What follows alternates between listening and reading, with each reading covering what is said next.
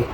Assalamualaikum warahmatullahi wabarakatuh. Selamat siang semuanya. Perkenalkan, saya Ali Majid Firdaus dengan NIM 413231 Saya adalah mahasiswa semester 5 Teknologi Radiologi Pencitraan di Fakultas Vokasi Universitas Airlangga. Nah, pada kali ini saya akan membagikan konten edukasi terkait teknologi MRI perfusion. Nah, di sini ada judul di PPT saya, MRI perfusion, dengan tema konten edukasi tentang pengenalan DCE, DSC, dan ASL pada MRI otak.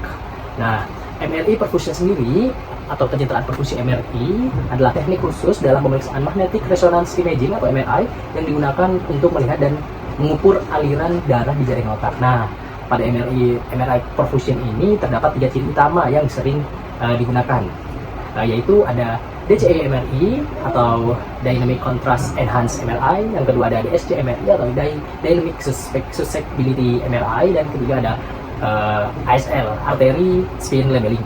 Nah, selanjutnya kita masuk ke DCE MRI atau Dynamic Contrast Enhanced MRI.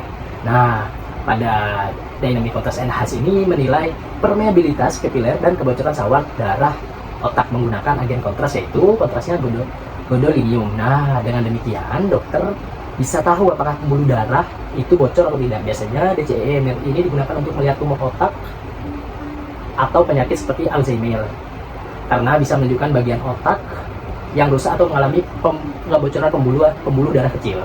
Nah, selanjutnya kita masuk ke bagian DSC atau Dynamic Susceptibility Contrast MRI. Nah, pada DSC ini memanfaatkan perubahan sinyal akibat aliran cepat bolus kontras untuk menghitung seberapa banyak dan seberapa cepat darah mengalir ke suatu bagian otak.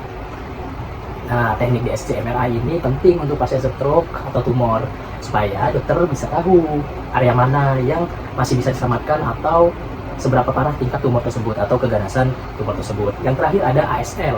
Nah, pada ASL sendiri ini unik ya teman-teman, unik, berbeda dengan DCE ataupun DSC yang memakai agen kontras, dimana ASL sendiri ini memakai dari aliran darah kita sendiri gitu, sebagai penanda alami untuk mengukur aliran darah di otak. Nah, ASL ini aman banget untuk anak-anak ataupun ibu hamil maupun pasien dengan gangguan ginjal.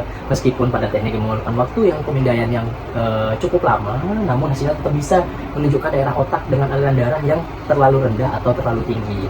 Oke, selanjutnya kita masuk kesimpulan, di mana kesimpulan sendiri ada pada DCE intinya menyoroti kebocoran dan permeabilitas pembuluh darah. Pada DSC menggunakan volume dan aliran darah, sedangkan di ASL memberikan peta perfusi non invasif, ya, tidak menggunakan kontras. Nah, dengan integrasi teknologi perfusi MRI ini, dunia radiologi bergerak menuju era kedokteran presisi, di mana setiap piksel bukan hanya gambar, tapi juga cerita tentang kehidupan jaringan otak kita. Sekian dari konten edukasi dari saya. Selebihnya mohon maaf. Wassalamualaikum warahmatullahi wabarakatuh.